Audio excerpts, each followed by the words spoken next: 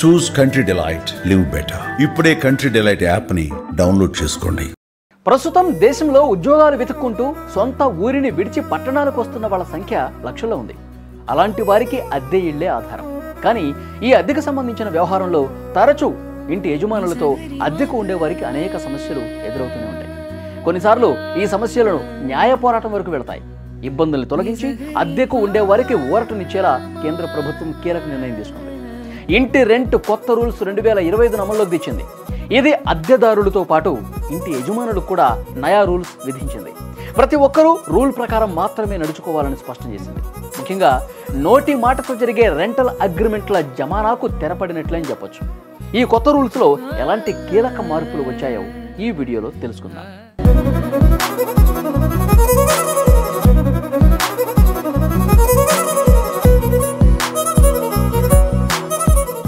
ఇక నుంచి rent agreement అనేది పూర్తిగా ఆన్లైన్లో జరగాలి. దీనికి డిజిటల్ స్టాంప్ ఉండటం తప్పనిసరి. ఈ ప్రక్రియను 60 రోజుల్లోపు పూర్తి చేయాలి. ఇకపై ఎలాంటి పాతకాలపు పేపర్ కాంట్రాక్ట్ ఉండదు. సెక్యూరిటీ డిపాజిట్ విషయంలో ఇంటి యజమానులు ఇకపై ఇష్టానుసారంగా డబ్బులు తీసుకోవడానికి వీల్లేదు. రెసిడెన్షియల్ ఇంటి కోసం అయితే గరిష్టంగా 2 నెలల అద్దె మాత్రమే సెక్యూరిటీ డిపాజిట్గా తీసుకోవాలి. అదే వాణిజ్య స్థలాలంటే కమర్షియల్ ప్రాపర్టీస్ అయితే గనక గరిష్టంగా 6 నెలల రెంట్ను డిపాజిట్గా తీసుకోవచ్చు. ఇక ఇంట్లోకి అద్దెకొచ్చాక 12 నెలల దాటిన తర్వాతే రెంట్ పెంచడానికి అవకాశం ఉంటుంది.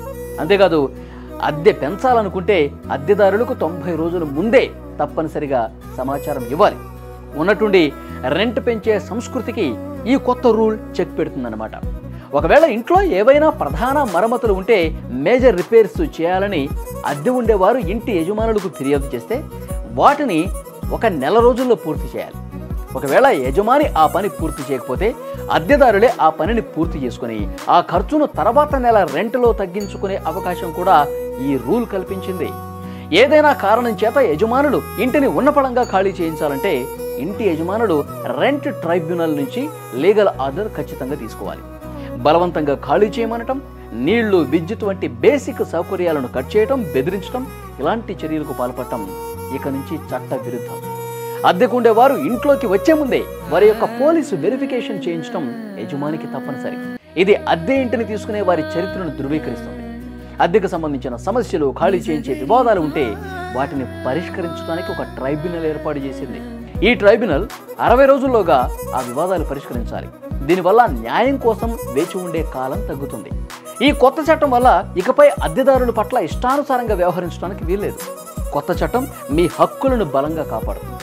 సెక్యూరిటీ డిపాజిట్ నుంచి మొదలుకొని ఇంటి నుంచి ఖాళీ చేయించే వరకు ప్రతిదీ రూల్ ప్రకారమే నడుస్తుంది.